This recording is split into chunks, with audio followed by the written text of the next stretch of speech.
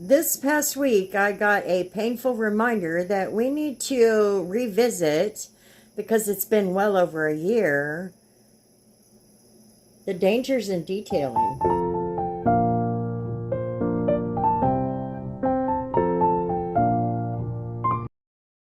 Hello, friends. So, this past week has been super, super busy. And in that busyness, I got kind of careless. Not intentionally, it just happens. It's not the first time, it's not the fifth time, but it does happen. So I thought, since it'd been well over a year since I made my last safety video, I figured I would probably talk again about the dangers of detailing. You know, new people come along, you have new people that come into your circle. A lot of things can change in a year. So sometimes it's best to just kind of go over some of these things once again. I don't want to sit here and make a formal video. I just wanted to bring you some visual compilation of some of the detailing that I've done and just sit here and just kind of talk about it. That way, in the end, it's in the back of your mind. So the first thing I want to talk about is gloves. You want to wear gloves. Number one, it's going to protect you from the chemicals.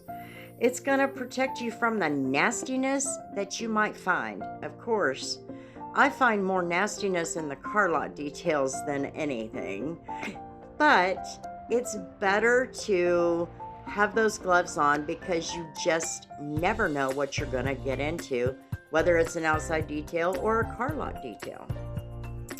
And it would also help when it comes to the possibility of maybe contracting something. There's a lot that you can contract from these nasty cars, and there's a lot you can be allergic to in these nasty cars. So just kind of keep that in mind. The next thing I want to talk about is when you have to clean under the seats, use some kind of a tool. I've used everything I can get my hands on, but most of the time I use the crevice tool. The crevice tool is a great handy little thing to reach under there and just start pulling that stuff out. So why would I tell you to do that?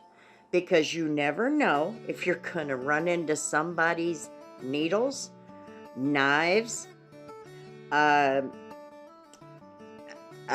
illegal substances. You don't want your fingerprints on those. Just saying, that's another good reason to wear gloves. And, it's just a good idea for safety, just to have something to reach under there. In between the seat cushions is another one. And then in between the seats and the console, the center console, that's another one. I would definitely be wary about just sticking your hand in one of those places. And by the way, your air compressor probably would not push out a 9.5-inch knife. And that is something that I have found in a car lot car. So the next thing I want to talk about is the seat tracks.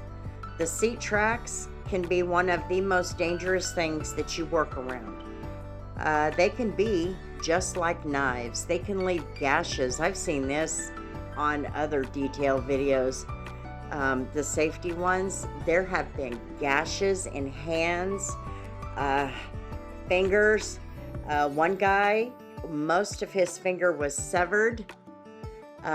Just be very careful when you're around those tracks. I know we get in a hurry, and it's just best to keep that in mind. That's all I'm going to say. And a lot of these car lot details, they don't have those plastic pieces around those tracks. So, especially during dealership details.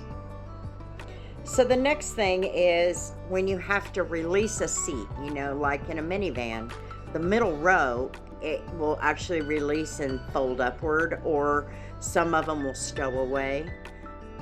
Those can create pinch points. So you definitely want to keep that in mind when You have to put those down, make sure your hands are out of the way, make sure you don't have your feet in the way, make sure if somebody's helping you, their hands are not in the way.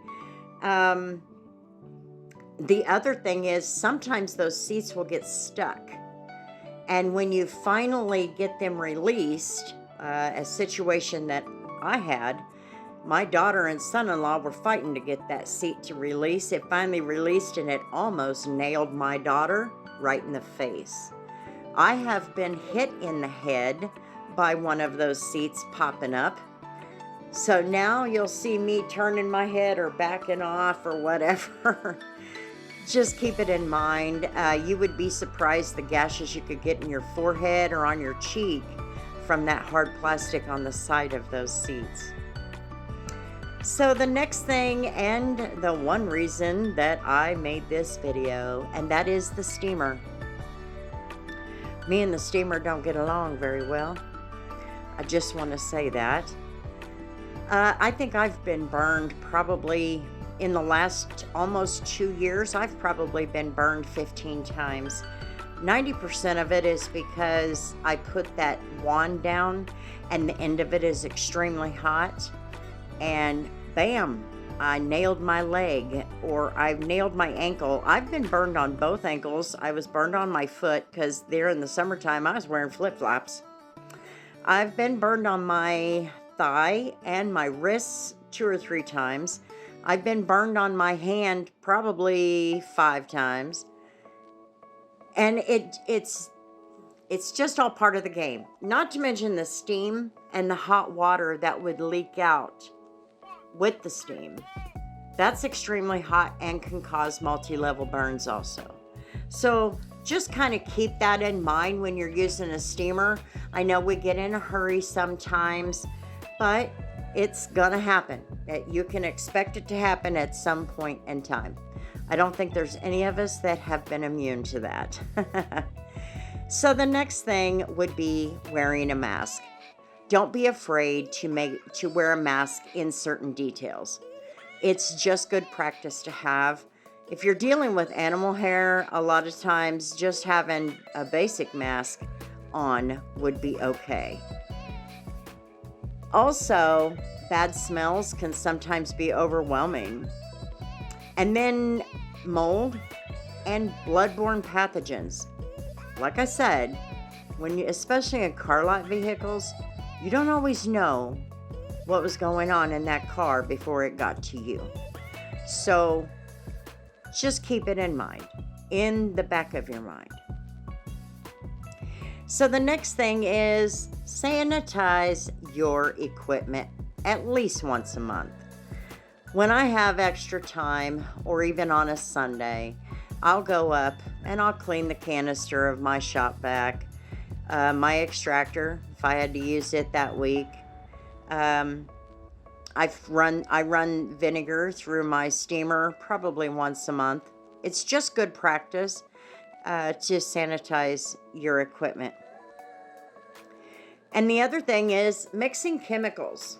And the only reason I'm adding this to my list is because I actually saw a YouTuber mixing 2 different brands of what is labeled the same thing, but you have to remember mixing chemicals is not a good idea, especially when you look at the 2 different brands.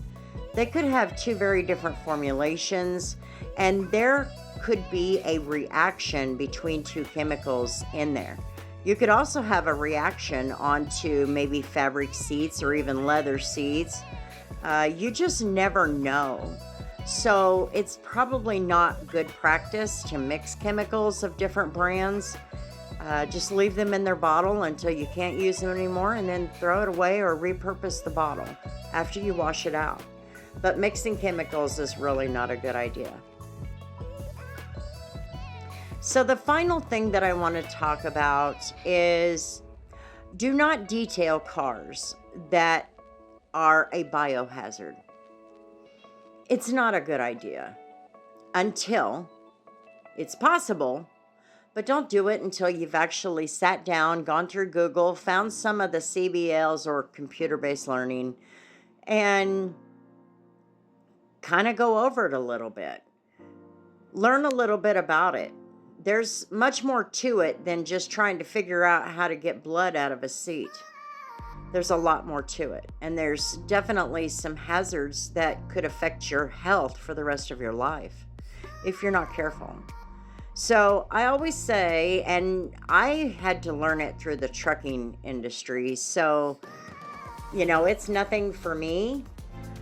But I always say, just don't do a biohazard detail until you've at least learned a little bit about what you're dealing with and how to handle those situations. What products can you use and things like that. So that's really all I have. Those are just some things that I felt like we needed to talk about a little bit. And like I said in the beginning, I didn't want this to be formal in any way. Just a conversation. A conversation about the dangers in detailing. And there are dangers. This would include something even as minor as don't detail with your back to the street. If you're mobile, just don't do it. It's just not a good idea.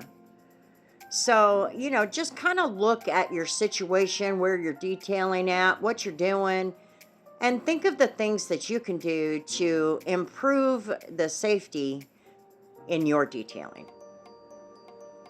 And with that, if you'll take a minute to like, comment, and subscribe, I would love to have you.